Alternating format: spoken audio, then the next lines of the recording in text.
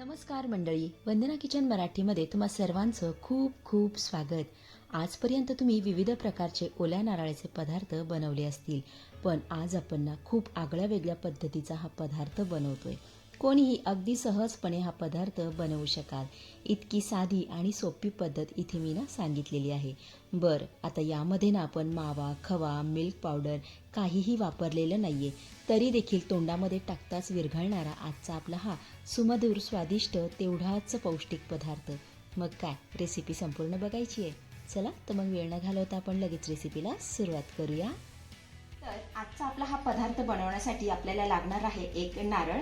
आता हा नारळ फोडून यामधलं आपल्याला खोबरं काढून घ्यायचंय.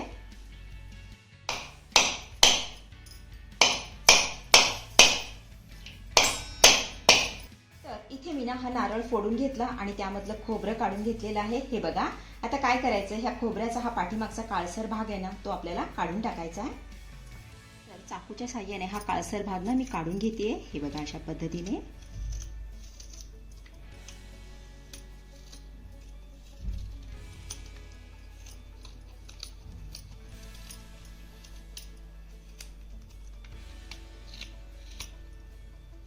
चला, इथे मी खोबऱ्याच्या पाठीमागचा जो काळसर चॉकलेटी भाग होता तो मी काढून टाकला आणि खोबऱ्याचे असे बारीक काप करून घेतलेले आहेत. हे बघा, आता हे काप आपल्याला मिक्सर मधून बारीक असे फिरवून घ्यायचे आहेत.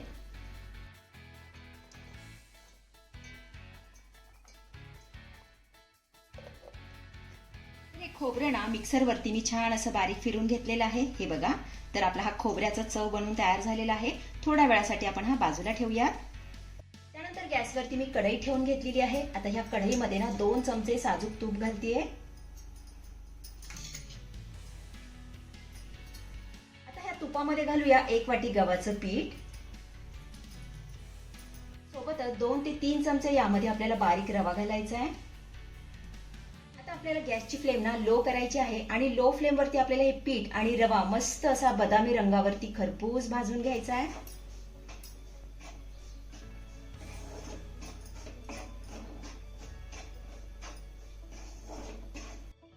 इथे तुम्ही बघू शकताय पिठाचा रंग बदललेला आहे, छान असा बदामी रंग आलेला आहे. तर आपले हे पीठ मस्त असं खमंग खरपूस भाजून झालेलं आहे.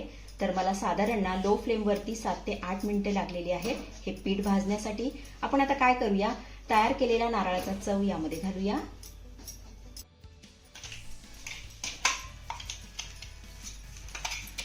आता घातलेला नारळाचा चव आपल्याला पिठामध्ये चांगला मिक्स करून घ्यायचा आहे.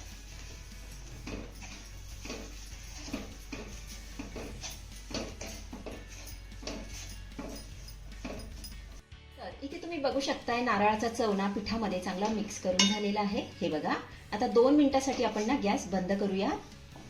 त्यानंतर इथे मी 2 केळी घेतलेली आहेत. आता ही केळी सोलून याचे आपण काप करून घेऊया.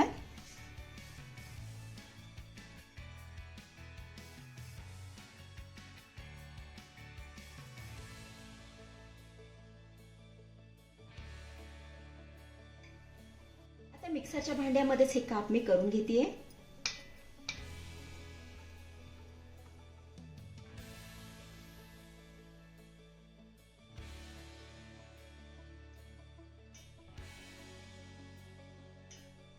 ही केळी आपल्याला मिक्सरवरती बारीक फिरवून घ्यायची आहे.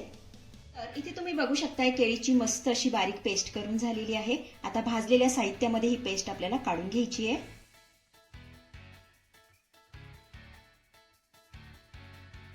आता गॅस आपल्याला सुरू करायचा आहे आणि ही केळीची पेस्ट 2 ते 3 मिनिटं आपल्याला चांगली परतून घ्यायची आहे. अगोदर चांगली मिक्स करून घेऊया.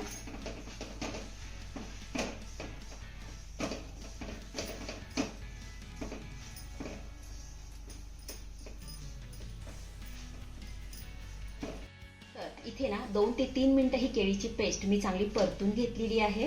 आपण आता गॅस बंद करूया. त्यानंतर गॅसवरती मी दुसरी कढई ठेवून घेतलेली आहे. आता यामध्ये आपल्याला 1 वाटी साखर घालायची आहे. त्यानंतर अर्धी वाटी यामध्ये आपण पाणी घालूया. आता ही साखर आपल्याला चांगली वितळून घ्यायची आहे. त्याला छान असं मिक्स करून घेऊया. तर आपल्याला याचा पाक तयार करायचा आहे. आता पाक आपल्याला 1 तारी पाक किंवा 2 तारी पाक करायचा नाहीये. तर ही साखर विरघळल्यानंतर हे मिश्रण तेलाप्रमाणे चिकट झालं की आपण गॅस बंद करूया. तर इथे तुम्ही बघू शकताय साखर ना पूर्णपणे वितळलेली आहे. आपण आता चेक करूया. तर इथे तुम्ही बघू शकता हे मिश्रण ना तेलाप्रमाणे चिकट झालेलं आहे. तर आपला हा पाक बनून तयार झालेला आहे. गॅस बंद करूया. आता हा तयार केलेला पाक ना आपल्याला भाजलेल्या ह्या मिश्रणामध्ये काढून घ्यायचा आहे.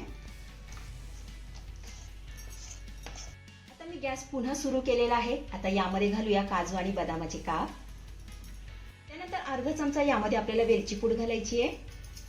आता हे सगळं साहित्य आपल्याला चांगलं मिक्स करून घ्यायचं आहे.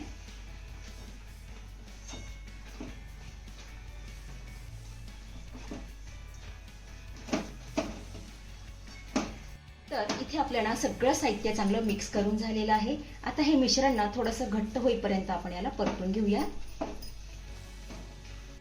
तर इथे तुम्ही बघू शकता आपलं सगळं साहित्य छान असं परतून याचा घट्ट गोळा तयार झालेला आहे. हे बघा. आता यामध्ये ना आपल्याला पुन्हा 1 चमचाभर साजूक तूप घालायचंय. घातलेलं तूप चांगलं मिक्स करून घेऊया.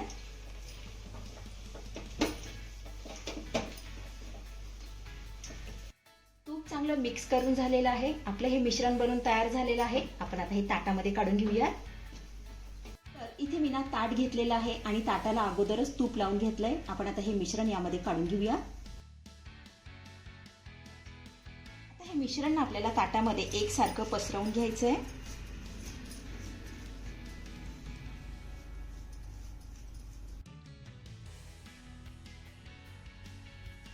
तर हे मिश्रण ना वाटीच्या साहाय्याने एकसारखं मी थापून घेतलेलं आहे. हे बघा. आता वरनं ना थोडेसे पिस्त्याचे काप लावून घेऊया.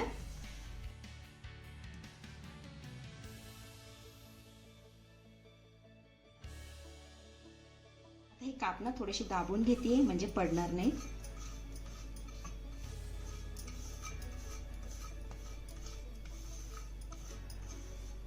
आता हे मिश्रण आपल्याला 10 ते 15 मिनिटं सेट होण्यासाठी बाजूला ठेवायचं आहे.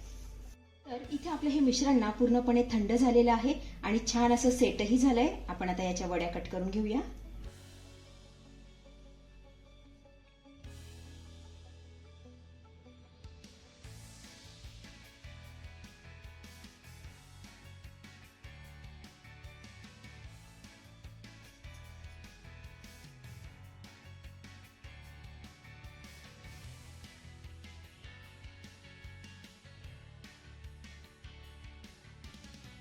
तर इथे आपल्या वड्या कट करून झालेल्या आहेत. आपण आता ह्या काढून घेऊया.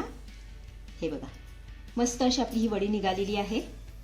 आता अशाच पद्धतीने सगळ्या वड्या आपण काढून घेऊया.